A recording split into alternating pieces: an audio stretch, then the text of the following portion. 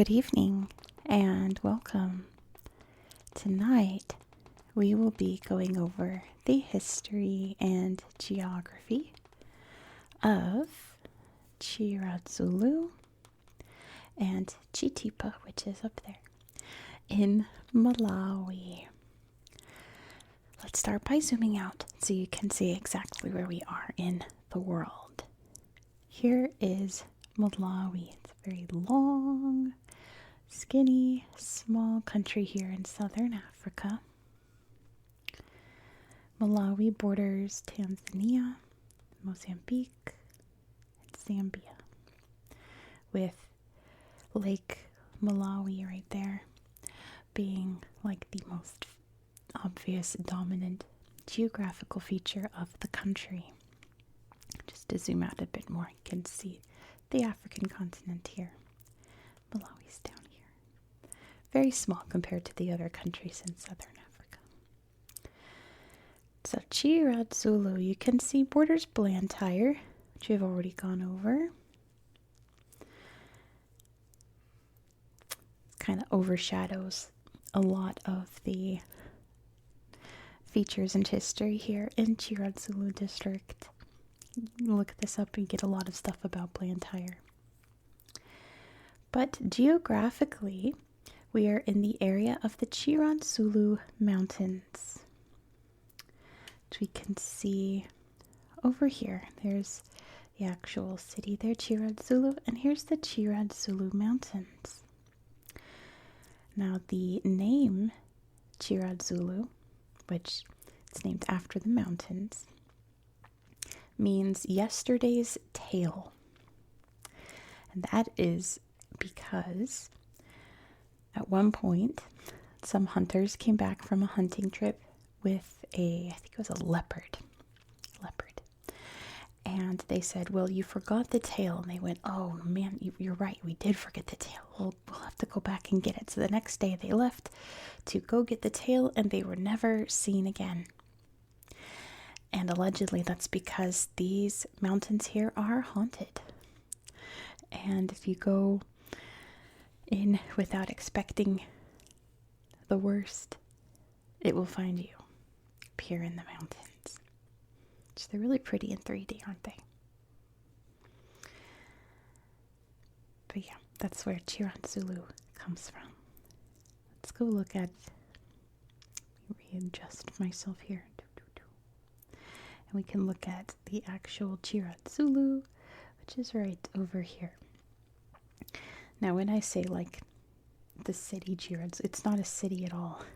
In fact, there's like no pictures here in this area. It's just a little community, right? Where I come from in the US, we don't have a distinction between the words town, city, village, etc. It all means the same thing. Like if there's a lot of people living together, we would call that a city. At least where I come from. I know in the UK, you guys don't do that. You have actual specifications, like requirements in order to become a city, right? So in America, we use the word city and town interchangeably. So I would say that's like the city of this area because it's the most populated area.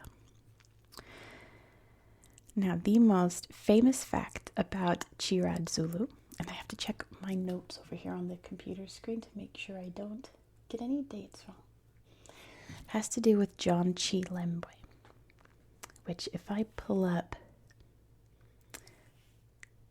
this, you can see the borders again. We can see this church here, and it's a temple. It was built between 1928 to 33 to replace the one built by Reverend John Chilembwe, which was dynamited by colonial forces in 1915. Now, what is happening there? Why was their church dynamited by colonial forces? This one doesn't look like it's going anywhere. It's all brick, right? So, let me check the years again. In 1861, a man that I presume you've heard of, Dr. Livingston, John Livingston, came through this area, which we talked about in my last Malawi video here in Chihuahua. came through this area and founded a mission. A lot of people think Dr. Livingstone was just an explorer. He was actually a missionary. He was here to spread Christianity. So he started some roots here in terms of, you can see all the different churches popping up here, and masjids as well, but churches in his case. Another missionary would eventually come through. A lot of missionaries came through, but one of them met John Chilembwe and hired him as like an assistant, but wound up bringing him to America, where John Chilembwe went to school to become a pastor, Reverend, I guess a preacher, right?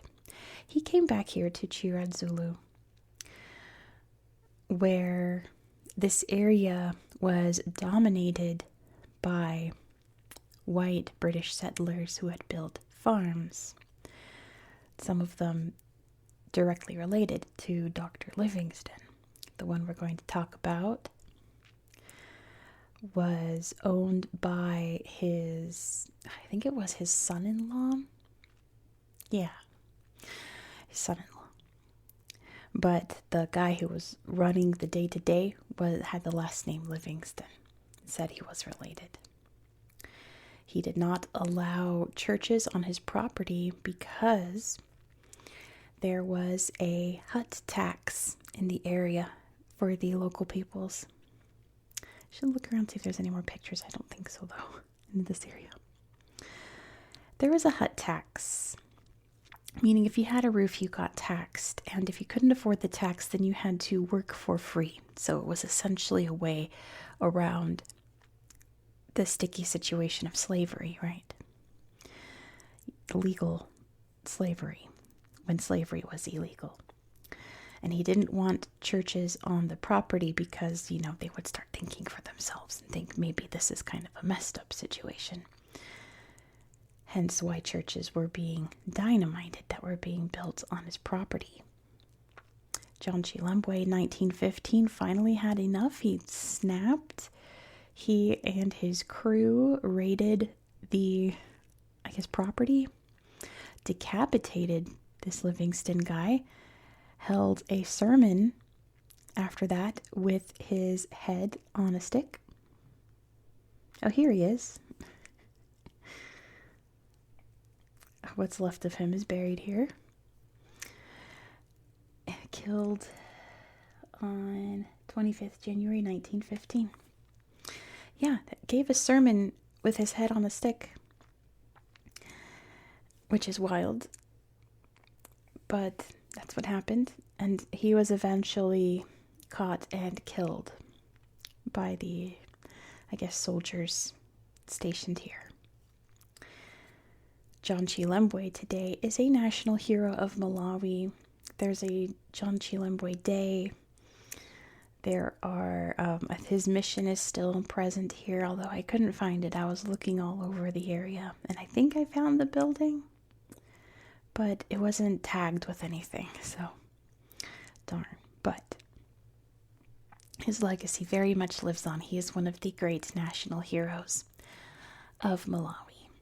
And from what I understand, Chiradzulu district is just very closely tied to John Chilembwe. They're one and the same, right? Moving on up the country to Chitipa, which I have a lot less for you about, which is why we're combining these. Mainly because Google Earth can't quite seem to figure out Chitipa district. When I type it in here, it just shows me the city. Well, city, right? When it really is like here. It's this whole arm reaching out and then a bit over here. But I can't really tell. It does not touch the lake. I know that. So I can't quite show you the borders here, and I don't want to go too far into territory that's not Chitipa. But you can see that it is very mountainous. The mountains coming through. I have my notes. Yes. The Bulambia Plains are within this area. Which I'm guessing is all throughout here. You can see the big mountains, and these are the plains down here. And, like I said, it touches some borders. You can see there's Tanzania up there. And Zambia, right? Zambia, yeah. Let's see the tri-border point. Border points are always exciting. Let's see if anything's there too. Surely they have like a plaque or something. They do not. It's just a bunch of rocks. Well, that's a missed opportunity. Surely there's something somewhere. Look at that. There's not a lot of dry borders like that in the world. But what Chitipa district is mostly known for are the languages spoken here. It's the Chitipa Hammers, that's where they play. This is much more of a big city than I almost said Chilembwe. Chiradzulu. Much more bustling, isn't it? Too bad there's like no other pictures to show you. Let's see what's here. We've got farmland and roads. Like, fortunately, not many places to look at here. You can see big landing strip there. But yeah, there are 12 languages that are spoken within this district. I've read that you can go through town and you just hear multiple languages spoken. It's just a big melting pot in this arm of Malawi. That you never know what language you're going to hear from someone when you speak to them. It's pretty interesting. That'd be an adventure. Kind of reminds me of like Belgium. Or Brussels, I should say. Because parts of Belgium speak Dutch, some speak French. But once you get to the middle where Brussels is, it's people are speaking one or the other. You kind of have to know both. Right? But yeah, I really didn't find much else here to talk about. Let me look at my notes one more time. Oh, sorry, 13 languages I wrote down. There are 13 languages that are spoken in this district. I forgot one. But yeah, that's pretty much all I've got for you. Let's see if the Tawa Road is anything. It keeps popping up. Oh, I think that's the road that we saw. Or maybe not, I don't know. Tongo. Anything that's pretty. Oh, nice happy smiles there. But yeah, that's pretty much all I got for you here. I wish I could show you more because Malawi is a really interesting country, but we'll have to talk about it another day. I love that I've covered a bunch of districts in Malawi and not one of them has touched the lake yet. At least I think. Am I wrong? I feel like I haven't even shown you guys, like, this really amazing lake. There's a lot of neat facts about Lake Malawi. But we will talk about them today, evidently. So I will leave you there for tonight. So thank you so much for watching. Sorry for the shorter video. I wish I could make it longer. I wish I had more facts to tell you, but that's all I got. Please don't forget to give this video a thumbs up and let me know all your thoughts down below in the comments. Also, if this is your first video of mine, thank you so much for clicking on this random video. This is not a typical video. Tomorrow's video will be going to Panama, where I'll show you on my atlas, and then we'll look around on Google Earth. We will see not only a really cool archaeological site, but also the highest point in Panama. You're not going to want to miss it. It's really stunning. Be sure to subscribe so you won't miss out. I hope that you found this video to be relaxing and educational. And I hope that you have a good night. Good night. Good night.